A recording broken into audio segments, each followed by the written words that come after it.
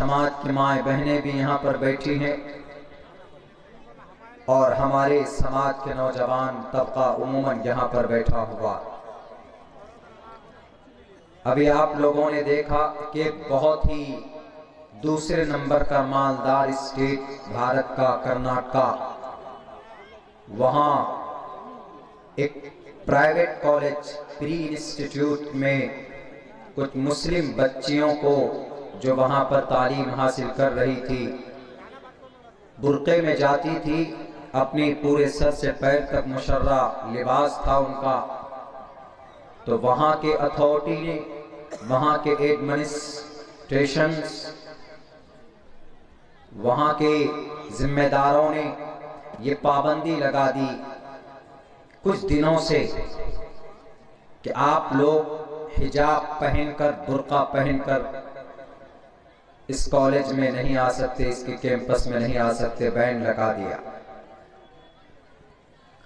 बड़ी शर्मनाक बात है, इसलिए कि एजुकेशन जो होता है, द टेम्पल ऑफ एजुकेशन किसको कहा जाता है? कॉलेज है, यूनिवर्सिटी, लेकिन कुछ दिनों में उसको बैटलफील्ड बना दिया गया, झगड़े का और धार्मिक भावनाओं को सुलगाकर इंतशार और फसाद पैदा करने का एक बहाना, एक रास्ता खोल दिया।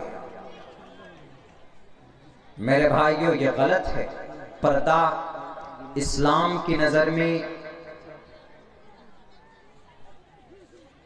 it is not the fashion of cloth, but it is a sign of modesty. ये कपड़ा पहनने का, हिजाब, बुर्का, ये कोई फैशन नहीं है। It is not fashion of clothing. कपड़ा पहनने का एक फैशन नहीं है। It is a sign of modesty. ये एक बेहतरीन अखलाक का, समाज में बेहतरीन निजाम का एक प्रमाण है। पर्दा क्या होता है, मैं आपको डिफिनेशन बता रहा हूं जो दुनिया की हिस्ट्री के अंदर। It is a kind of head scarf worn by the Muslim woman in India and entire world. It is an integral part of faith and religious concept. ये उनका मजहबी हिस्सा, मजहबी फरमान है अल्लाह के तरफ से। कुल लिल मुमिनाति यग़ज़ुज़्न मिन अब्सारिहिन वक़र्न फ़ी बुयूतिकुन्न वला तबर्रजन तबर्रुजल जाहिलिय्यतिल ऊला। हज़रत उम्मे सलमा रज़ी अल्लाह ताला अन्हा अल्लाह के नबी के पास बैठे हुए, एक और अज़वाज मुतहरात में से कोई एक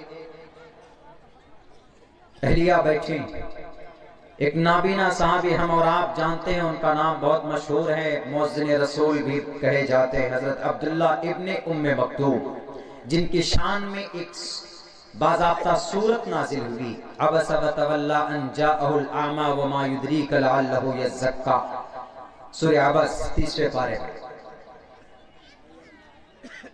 नाबीना थे वो। He was a blind person.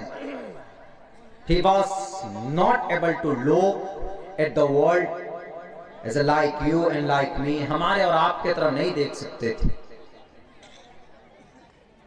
आने लगे तो अल्लाह के नबी अलैहिस्सलाम ने फरमाया कि सलमा पर्दा करो, छुप जाओ।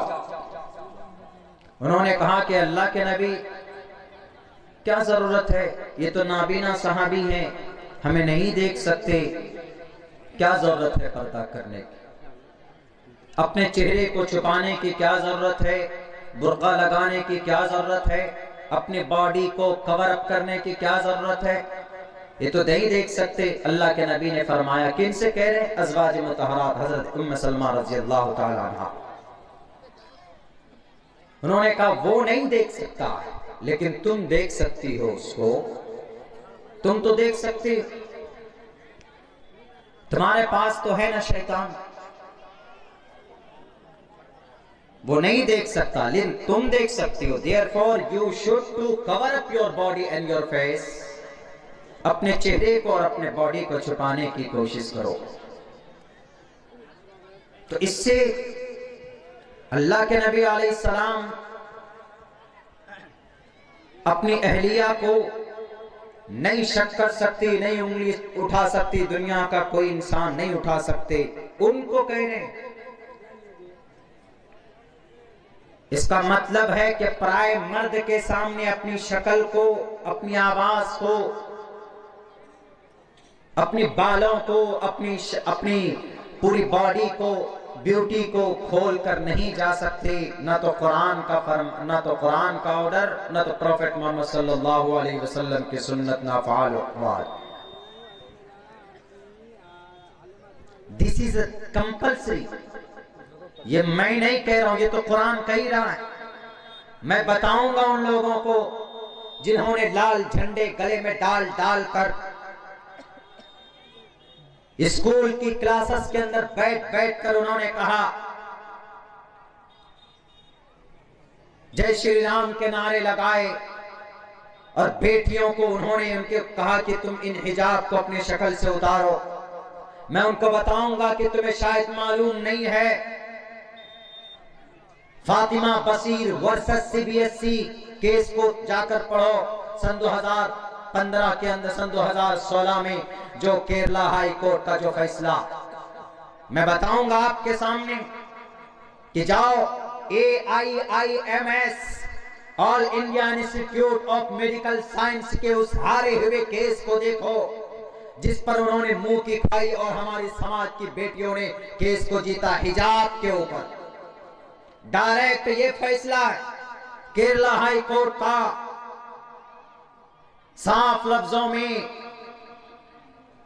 वही Karnataka state, Karnataka the educational act 1983 पढ़कर देखो। एजुकेशनल डिपार्टमेंट से लगे हुए हो ना, उन नौजवानों को कहूंगा, अंधभक्त मत बनो, पढ़ो भारत के संविधान को, पढ़ो भारत की जुडिशरी की जो डायरेक्टेड है, जो उनका कंसीडर्ड है, उनके जो जजमेंट है वो पढ़कर देखो। उसके बाद तुम इरिगेशन से लगाना। कयामत तक कोई माए का लाल भारत के नहीं, पूरी दुनिया के अंदर मुसलमानों के नमाज पर, मुसलमानों की समाज की बेटियों की इज्जत को छुपाने के लिए पर्दे पर पाबंदी नहीं लगा सकते। क्यों? ये अल्लाह का फरमान, वक़र्न फी बुयूतिकुन्न वला तबर्रजन तबर्रुजल जाहिलियतिल ऊला, माना है।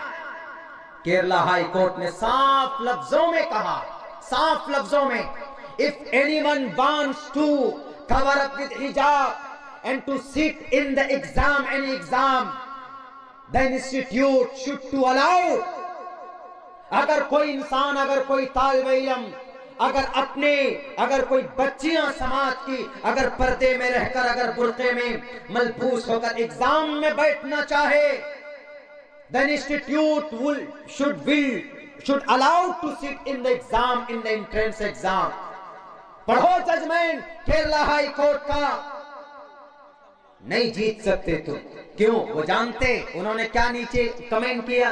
उन्होंने लिख करके कहा, उन्होंने कहा कि ये this is an integral part of Islam, ये इस्लाम का एक लाजमी हिस्सा।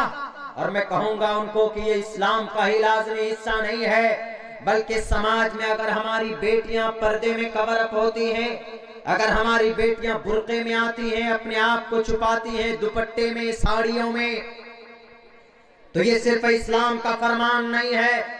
उठाओ मनुस्मृति चैप्टर नंबर 3 के 56 श्लोका के अंदर, यत्र नार्यस्तु पूजन्ते रमन देवता, साफ लफ्जों में कहा, यत्र नार्यस्तु पूजन्ते रमन देवता तत्र नेतु रमन देवता।